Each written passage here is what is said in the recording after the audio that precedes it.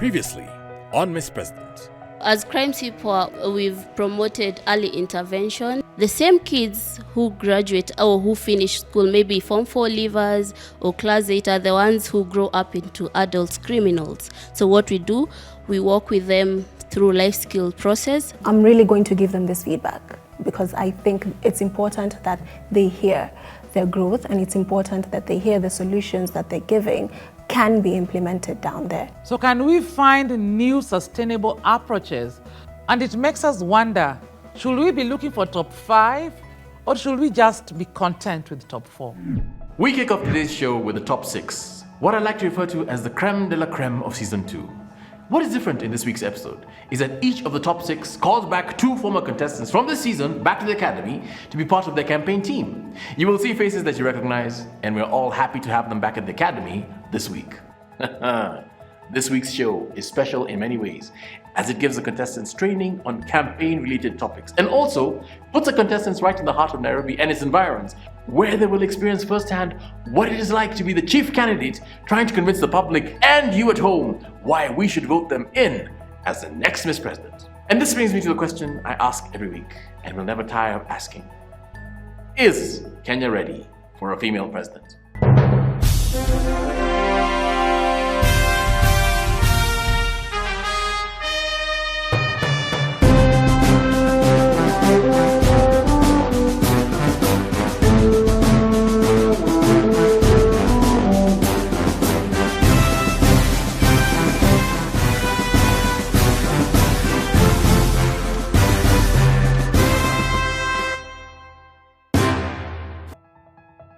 Over 700 applications were received from all over Kenya, and from these, 350 contestants were shortlisted.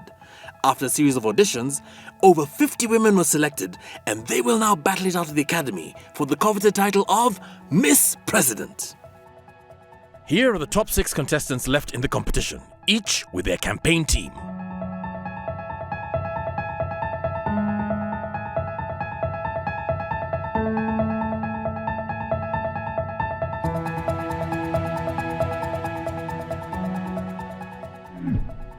Tell me something.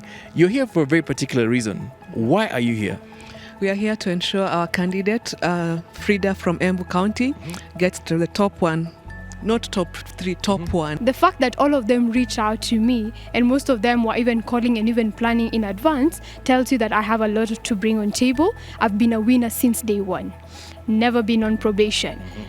Each and every team that I was in was winning. We were all presidential, and that already set the standard here. Because this is teamwork. I know the strengths of Milka Riga, Miss President Taita Taveta County. She's a very strong candidate, very well spoken, articulate, and knowledgeable. So as far as I'm concerned, I'm going to mobilize for her the votes on the ground. So that is where my strength lies. Christine Mweteli is a communication and etiquette expert. She is the founder of Soft Skills Limited, a training consultancy firm based in Nairobi, and which provides training programs to organizations all across Africa.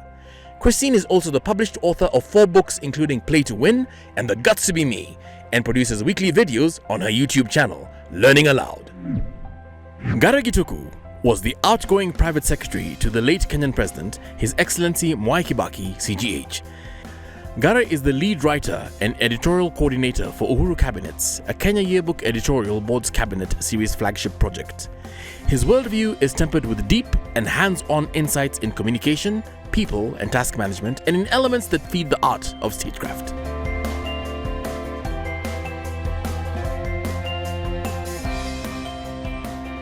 This week's episode is filmed over a week, and here to kick off the show is our very own Christine Mweteli, who we can almost call a resident trainer at the Academy. Christine will take us through branding, presentation, and communication. Karibu sana, Christine.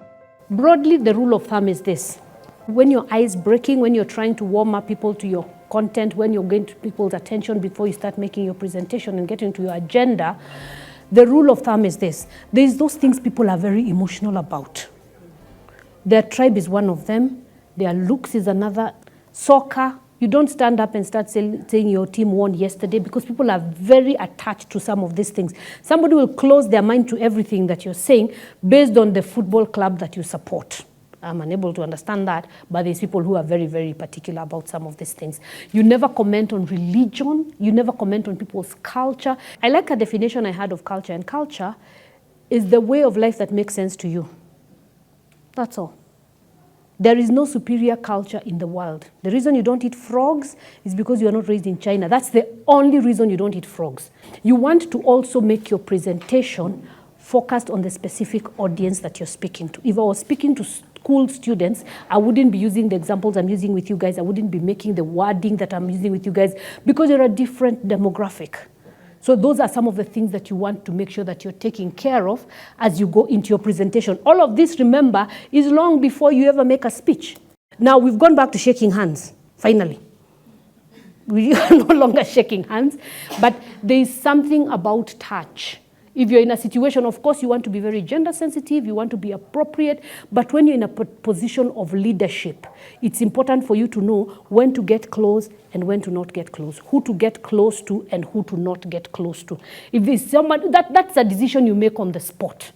If it's somebody that you can hug, if it's somebody that you can shake hands with, those are all decisions that you make, but you want to keep it very appropriate. You know, you want people to be able to see that you're a leader. There's a delicate line there. You're a leader meaning you are somewhat removed from us, okay? Because at the end of the day, you're standing here and speaking to us and all of us are seated there, right?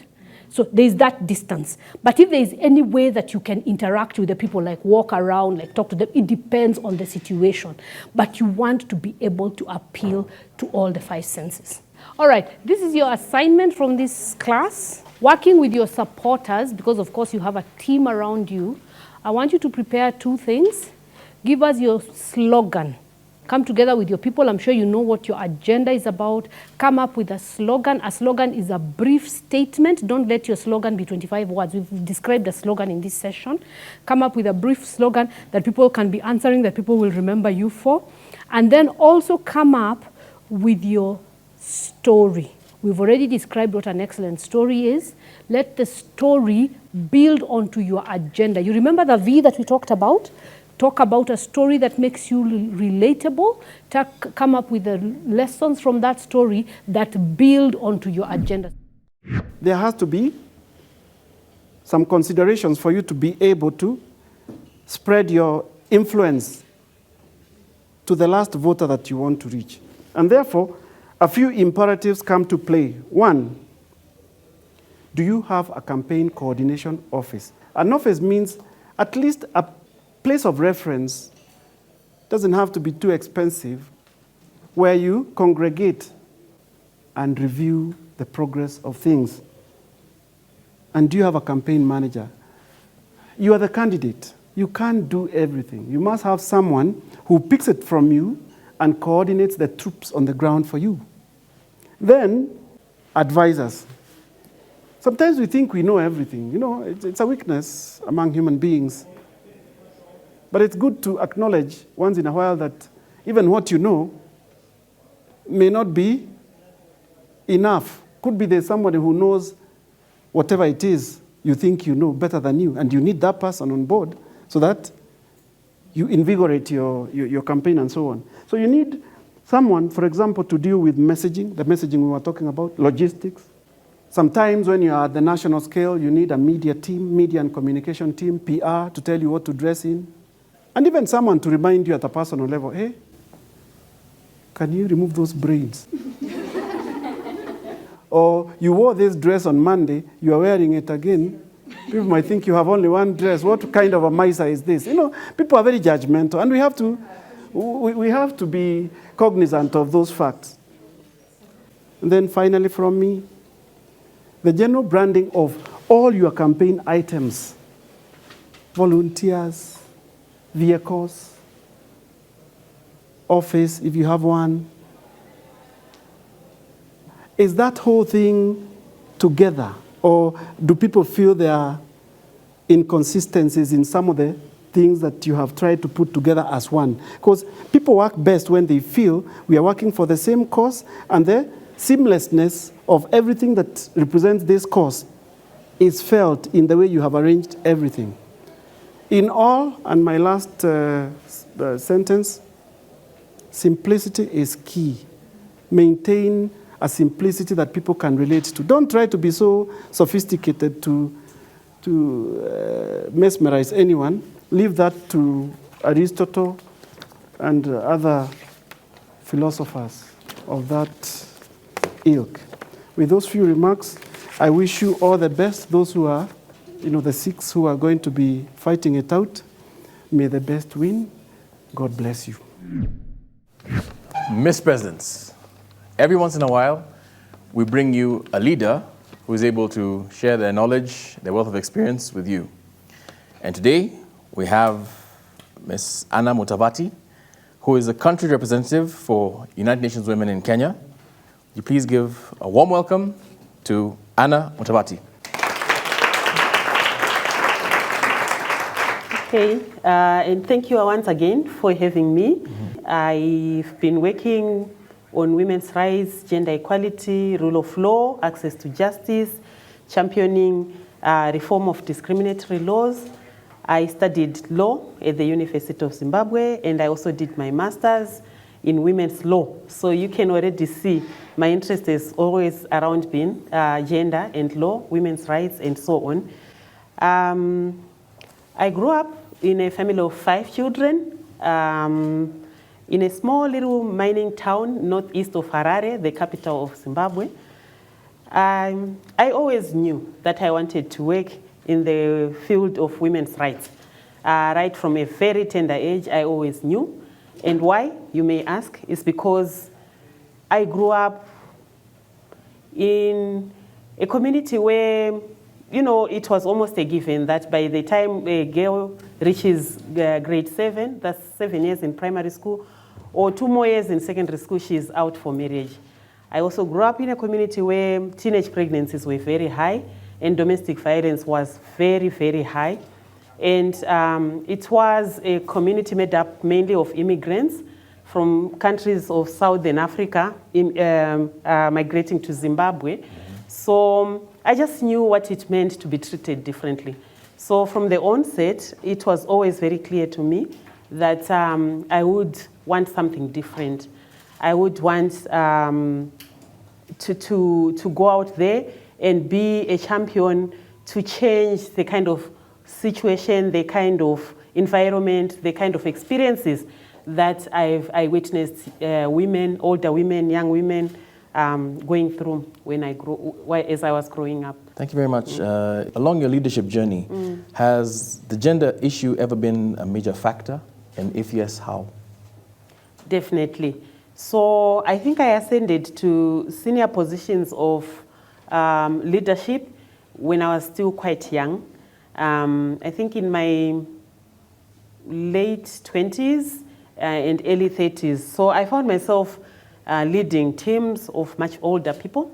But also the gender issue is, as I kept growing in my leadership roles, I still think that I've had to work 3 or 4 times harder than men who are in the same positions as I was.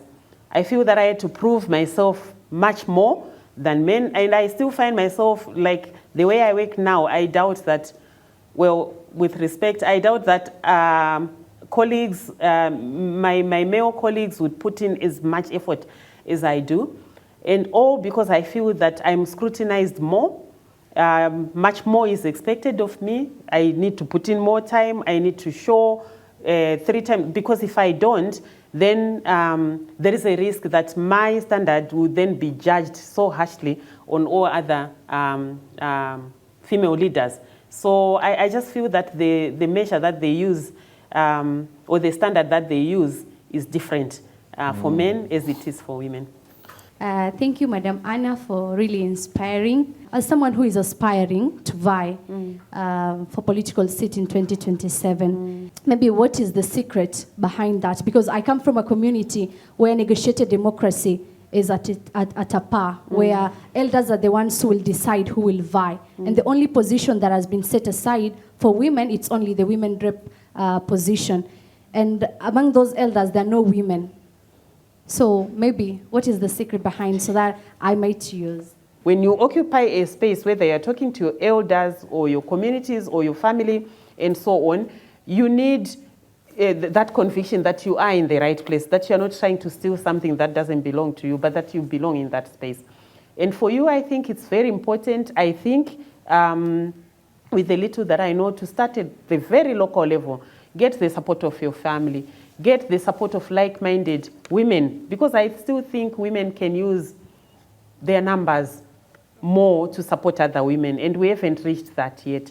So I want to believe, you map out where power is concentrated, and then you work your way as you come up. It will also not work well, I think, if you just, came from above and you say, I want to run, without having done the groundwork. So again, let me just say, it's not even based on experience, and there is no single answer to your particular situation, because I know the layers that work to keep women away from positions of leadership.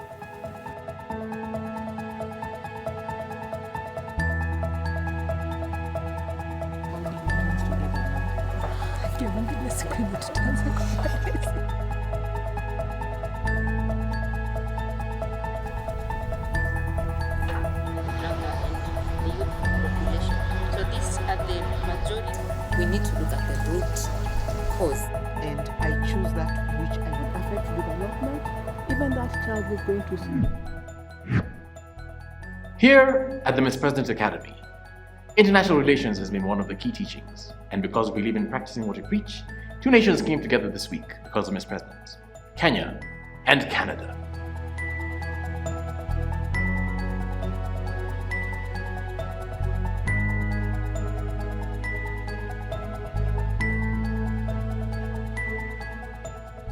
I'm really happy to be hosting you here, and of course to hear about, most importantly, your interests and passions, and of course to congratulate you on the progress you've made. We say it all the time, Canada is committed to gender equity, gender involvement, women's involvement in all aspects of our society, our economy, our leadership.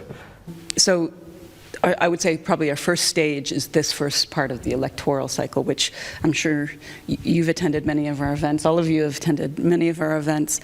It was meant to normalize women's leadership, but also support women and make sure that they're protected because of a lot of the online harassment and physical harassment that we know. So we put a lot of effort into that. So I would call that phase one.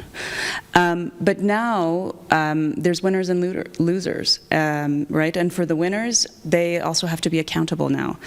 And we can't stop supporting those women that we have really supported to be in positions, because she now has to deliver.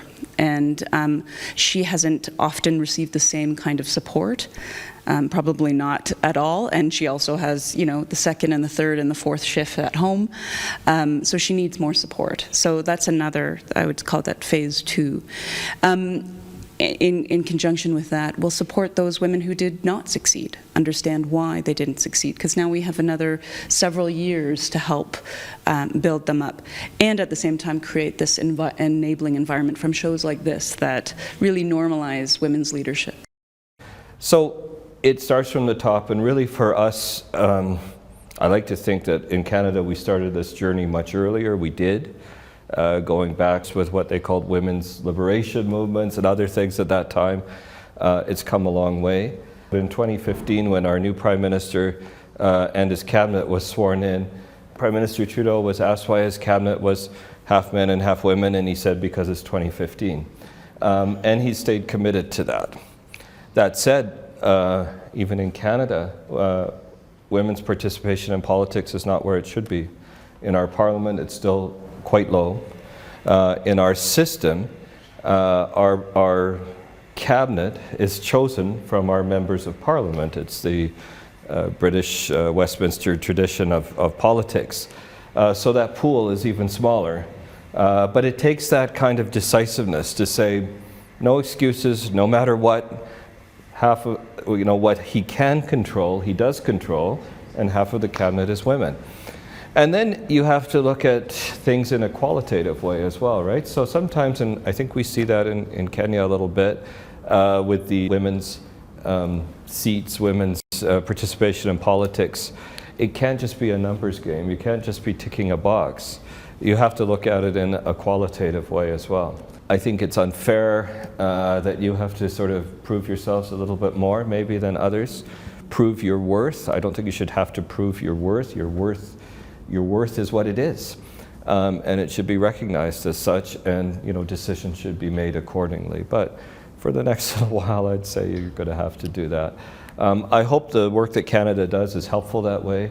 We have programs such as our Women's Voices in Leadership program. We've put a lot of money behind it, but more importantly, we've engaged actively to provide that kind of step up and to ensure we have that difference between equity and equality, and that the involvement is as strong and as quantitative and qualitative as it absolutely should be. And now, let us have a look at the key highlights from the topic of this week's episode.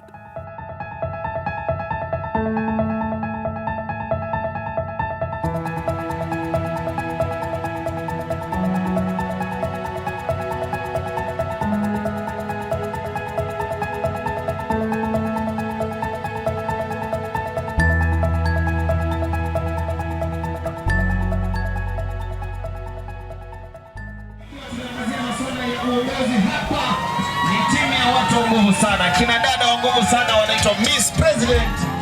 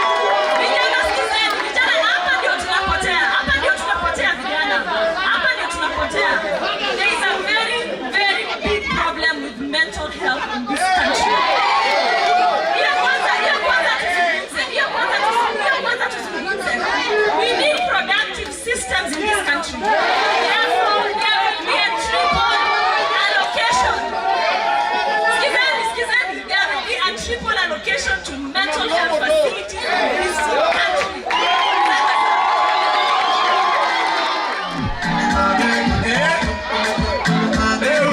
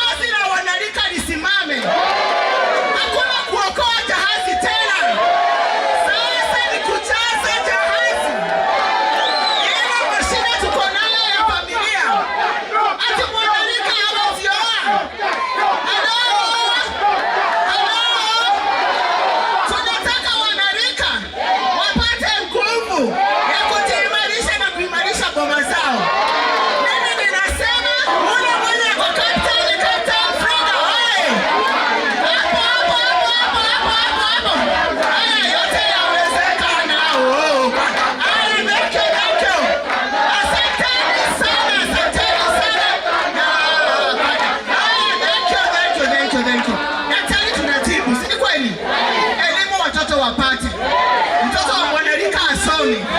Kama ni chakula, kuwe na chakula kwa meza. Na yote itawezekana tukiwa na serikali ya haki na serikali ya ukweli. Mimi ninaomba, sera zangu ninaendelea kuuza, maana mambo ni mengi. Katika siku ya Alhamisi na Jumapili, angalia KTN Home, utaona sera zangu zote hapo na mpangilio wake. Wanarika tunakubaliana, wamama tunakubaliana. Sibuko na mama mwenzeni, hata mama kikaribika huko mnauliza wapi mami, wapi mama mwenzetu. Tunataka kumwambia siri zetu, inawezekana. Wababa, sibuko na mabibi nyumbani, sibu nasema watoke nje wakatafute. Tumetoa miguu kwa gunia, tupatiane nafasi. Hakuna kukalia mzee. Wewe ukienda ukifanya kazi yako huko nje, ukirudi kwa nyumba kuwa bibi. Hiyo ndio mambo yetu na tunaendelea vizuri.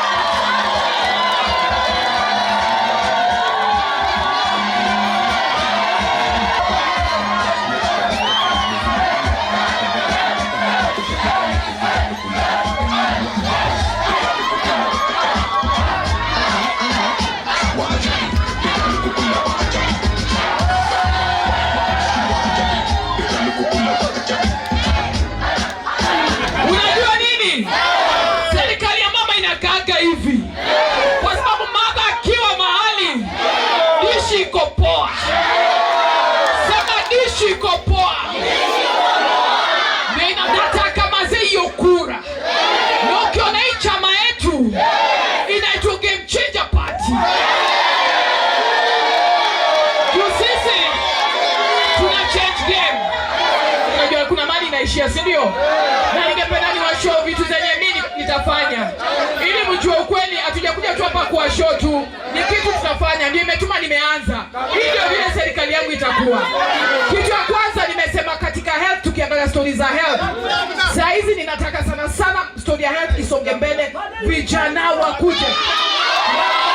Kutengeneza zile places. Kitu ya pili kwa education. Mimi nimesimama education kwa sababu tunataka gap yenye wasio wanafika standard 8 wana drop here. Kuna vile ata transit, unaona?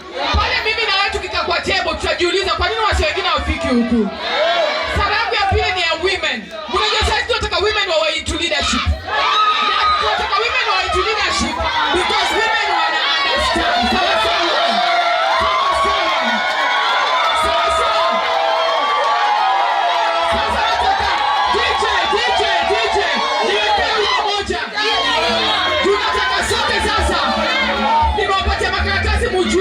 Mjue sera langu kwa kusema papers. Unaona hizi? Hizi mnaenda kupatiwa kila moja. Utasoma polling ni nani? Ikifika Novemba unipigie kura. County 041. Pia saa hizi mnaenda kwa show KTN. Kila Thursday kuanzia saa 2 mpaka saa 3 za usiku. Na Sunday pia mnanicheki. 2 PM. Tuko pamoja, sitawa disappoint. Hizo kitu nimesema. Madada itwa hewa. Sema hewa. H is for health, E for education, W for women, A for agriculture.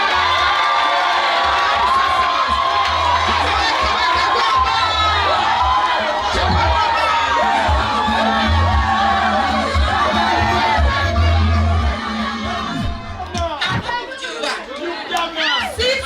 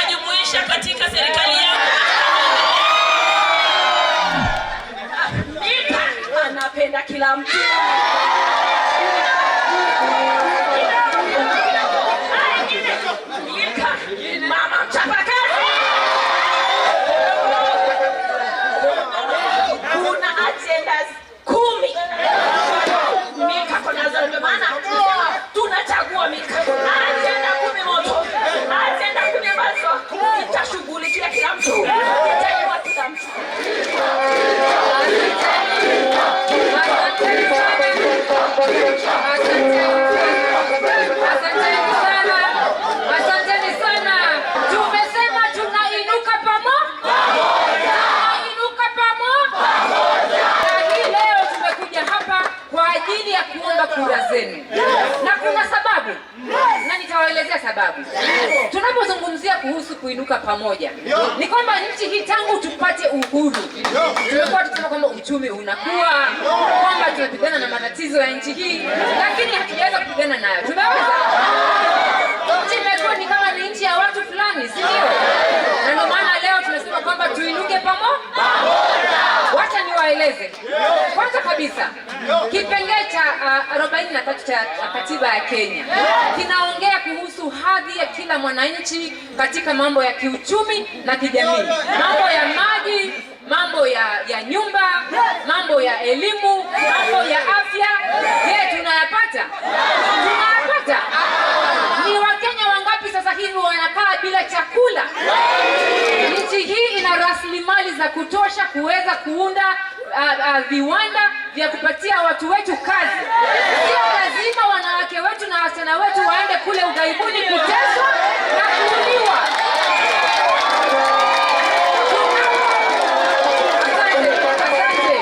Tunapoongea kuhusu ukora, kuhusu crime nchini Kenya, vijana wanaingia kwenye crime kwa sababu ya umaskini. Kwa sababu ya nini? Kwa nini serikali isifanye mbinu za kupatia watu kazi ama njia ya kuweza kujikimu kimaisha? Kwa nini isiwezekane? Na ndio maana nimesema kwamba mkitupatia kura leo, timu Milka Riga kutoka Taita Taveta, nimetoka Taita Taveta, lakini mimi nimekuja hapa kwa ajili ya Wakenya wote. Naomba kura zenu.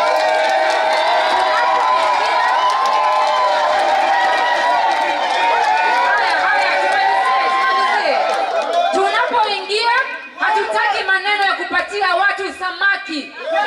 Tunataka tufundishe watu kuvua.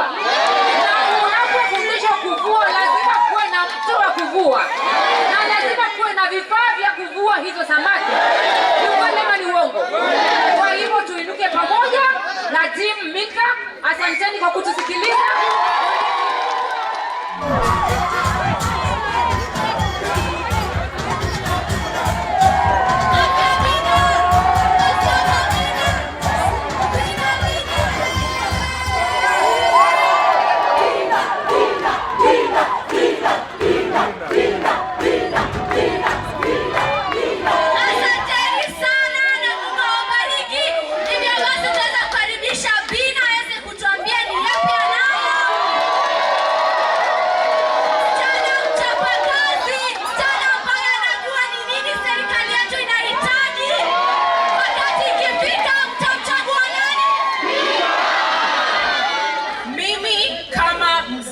wa Nairobi pale Kayole Soweto.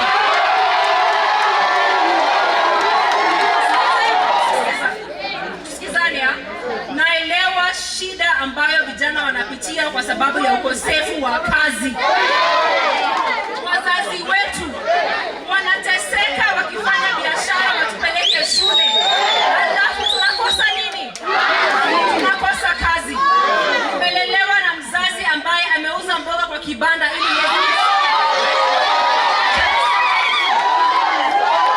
wacha niseme hivi. Naelewa shida ambayo akina mama wanapitia kwa kukosa na pesa ya kwa kukosa pesa ya kuimarisha biashara zao. Hata ile shida ya mkulima. Nchi hii tunalishwa na wakulima ambao hao ndio maskini zaidi. Inafaa kwa hivyo.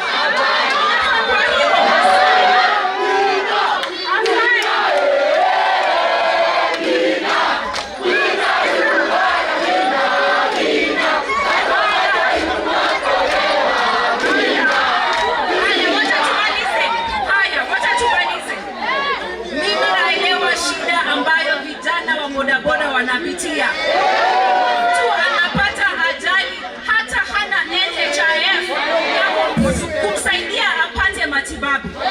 Naelewa shida ambayo wamama na wasichana wanapitia kwa sababu ya vita vya kijinsia.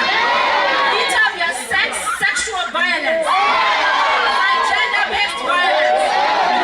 Mimi nataka kusema hivi. Sikiza. Nataka kusema hivi. Nikimalizia. Nataka kusema hivi. Ukichagua serikali ya Bina Maseno mwezi wa 11, tutahakikisha uchumi ni bora, kazi ni bora, afya ni bora, elimu ni bora.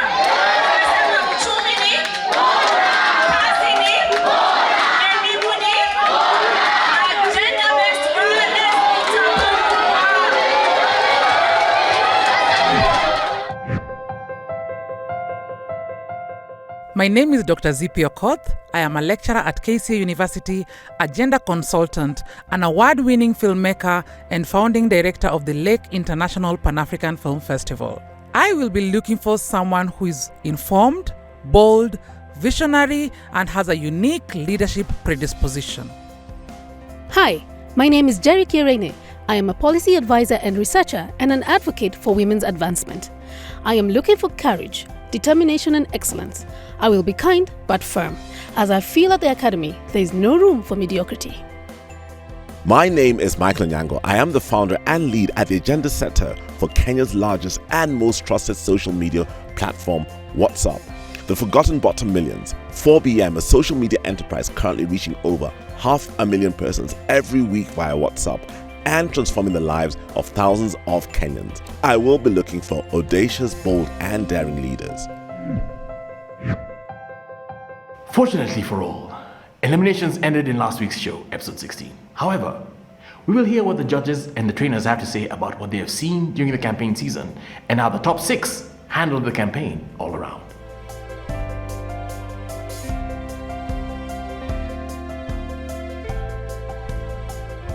Now I'll hand over to the trainer, Christine Mutelli, to tell us, in your opinion, what do you think has stood out for you, especially in this campaign trail? I completely love the energy. The ladies were passionate, so I loved that. I liked a lot of the slogans. All of them sold their agenda to the crowd, I thought, and the response from the crowd was, so you could see that they're connecting with their audience. I like that. Okay, agreed. Judge Zippy? Yeah, I think the campaigns were beautiful. I liked that when you watched some of the contestants, you would want to relate because they were giving their personal stories. I think as a leader, it is important that people identify and understand who are you, where do you come from, what's your background, like are you one of us, do you really understand our problem from a very personal perspective? And I only found that only one of the contestants gave us their background and related it directly to their manifesto. The other thing that I noticed, which made me, ask myself, when are we going to evolve? Because, people are so used to this rhetoric, and, in 2017, it was Tibi Mtialala. This time I had Zaga Zaga Za. So, I was like, when are we going to move away from this? Even though it's also good, it shares the crowd more. But I think, with having gone through the academy, they could have done something more innovative than what we are used to. Finally, we now move from all the theory that they've been taught over the weeks to the practical things on the ground. And 2 of them were excellent because they went into the ground and despite the hype from the crowd, they knew that I am here for this purpose and I need to get my message across. And they actually halted the crowd and were able to manage. And that now is where true persona and going beyond the theory and going and becoming a true leader comes to play. So for me, that was very exciting. That was great. And then again, I think I must also say what some of the other people have said here. One of the contestants had a 10-point agenda. Oh my goodness. The key of, the rule of thumb is 3. Anything beyond 3 people will forget and will go away with. And as the trainer also said very clearly, have a consistent slogan that is memorable, that is short, that people can relate to. And I think 2 of them did that very, very well. I just need to add one thing. We also had these other, I think 2 or 3 contestants. When they were on the campaign trail, they were trying to do the usual politics of trying to put down your predecessor. Like, have they ever done to you this? Have you ever had this? And I'm like, forget about the predecessor. Push your agenda. It's not about, now you people are suffering. I will bring hope. No. Yeah, I agree with what all the judges are saying. There was definitely some inconsistencies in what was written down and what was presented. And I completely agree with you, Judge Michael. Really a 10-point agenda. If anything, it's interesting. It's nice to have odd numbers. And I like the idea of 3 because you can't put the whole agenda in a small speech. At this point, you're selling your agenda. So give us a small point to hook on to. All of that you can implement once you're in office. So I completely agree with what the judges are saying. But there is something we need to point out. Some of the contestants who were called back by the top 6, you can see the growth, rallying the people, knowing how to come out with the slogans and charging the crowd before the politician comes out. Yes. That for me was exceptional, and it is something that I noted and said, this is fantastic. This president has still done it. The campaign was just a way to just express myself. And this was a very, very nice experience, getting to offload. But then one thing is very interesting. There's so much work that goes behind the scenes into formulating policies, implementing them, finding funding for them, monitoring them. But when you're campaigning to the citizenry, they do not care about all that. They just care about what you can deliver for them now that affects them now, and you have to tailor your conversation for them. You know, having information and having to put it out there, I think has really been quite challenging for me. Yeah, so for me, I think the experience has really been eye-opening. In fact, it got me feeling like, why haven't I been doing this? I've been telling people like I feel like I'm not a politician and I feel like I'm more of a technocrat. But I'm like, I think it's doable. I can actually go out there and campaign. Campaign, very interesting, very challenging, and of course, full of anxiety, because in a campaign you're going to meet a group of people who want to listen to you, and actually what they want to understand is what you stand for. So communication is very key. So I think that's what I'm saying. It's a bit challenging because you have to go out there and convince. I had a lot of fun during the campaigns, and it was such a wonderful opportunity to get to interact with the public audience directly, to get to sell my agenda, my manifesto, what I intend to do for the citizens once I occupy the ultimate office of Miss President. So I got to share my agenda for the young people, for the women, and for the men, elderly, and persons with disability. Kampeni zilikuwa nzuri. Changamoto yake kubwa ilikuwa kuweza kufanya kazi kwa wakati. Kwa sababu katika kampeni ya kawaida ya Kenya ya halisi huwa kuna kipindi kirefu cha watu kujipanga. Lakini imenifunza mambo kadhaa. Mojawapo ni kuweza kufikiria kwa wakati. Pili ni kuweza kusisitiza katika mambo unayoyafahamu zaidi. You have to keep in mind the things that you're passionate about, because in that way you don't strain too much and you're able to deliver in a short time. Shooting this show in Nairobi and having to do campaigns in Nairobi and the surrounding areas, and it's not an area I'm familiar with, for me was very exciting, and it showed me that generally Kenya is ready for women leadership. It's no longer about who they know or who they don't know, it's about who has something to offer. It was very exciting, and to even have a supportive campaign team was very exciting for me. As this group of 6 powerful Miss Presidents walks on the long and grueling path toward the grand finale, we can only cheer and urge them to put their best foot forward. I challenge you now with this quote from Baroness Margaret Thatcher, former Prime Minister of the United Kingdom and affectionately known as the Iron Lady. We were told our campaign wasn't sufficiently slick. We regard that as a compliment. Thoughts, opinions, compliments, suggestions? Hit us on @media_focus. Find us on Facebook at MFA Media Focus in Africa, and check us out on Instagram at Media Focus in Africa. This show will be uploaded to YouTube. To view this episode and other episodes, including the full going on during the campaign session, kindly click on the link provided to access the Miss President YouTube channel, to the only show where you never really know until you know.